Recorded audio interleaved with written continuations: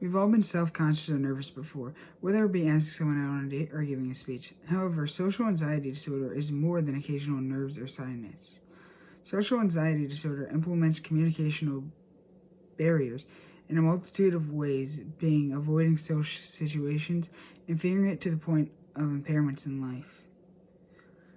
In the United States, a little bit over 12% of all Americans experience social anxiety disorder at some point in their lives. The social anxiety disorder, or SAD, can be traced back to 400 BC as social fear, and the Hippocrates used that.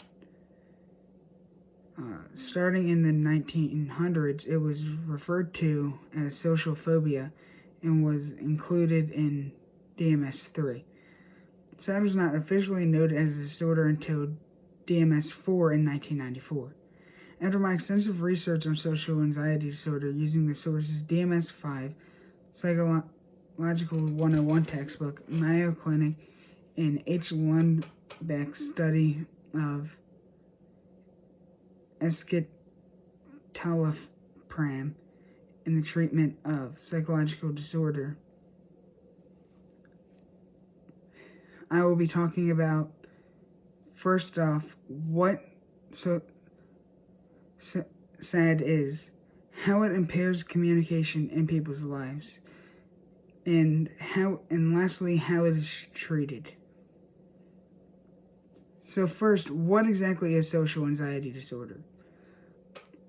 Social anxiety disorder causes everyday interactions to cause significant anxiety, self-consciousness, and embarrassment due to the fear of being negatively judged by others to the point of trying to avoid it entirely.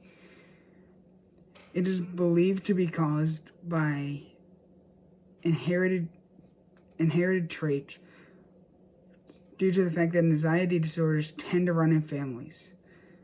Another cause is brain structure, as overactive amygdala,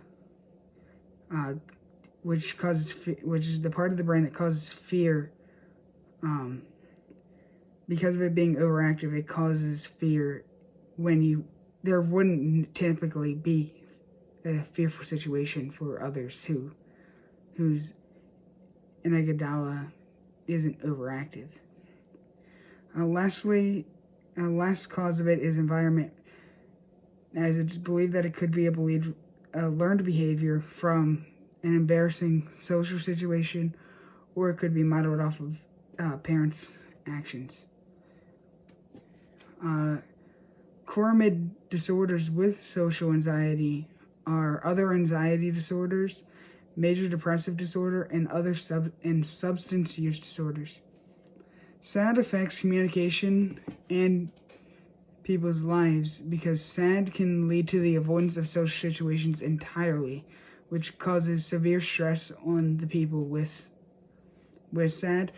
And what it does is it destroys relationships, as they can't be kept with people. It makes work harder because they don't want to do it because of the severe stress they have. And because of the stress that they have, they tend not to do other activities outside of the stuff that they need to do. So they want to do the bare minimum. Those with social anxiety disorder report greater dissatisfaction with income, friends, and family lives, as they can't keep their relationships with their friends or family, and they have a hard time with work, with the stress that they put on themselves, so they can't work for a higher income.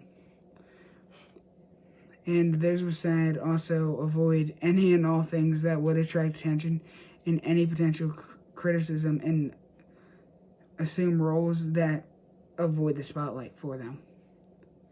SAD is treated in a multitude of ways, one of which being psychotherapy, which patients learn to recognize and change negative thoughts about themselves and develop confidence-gaining skills in social situations.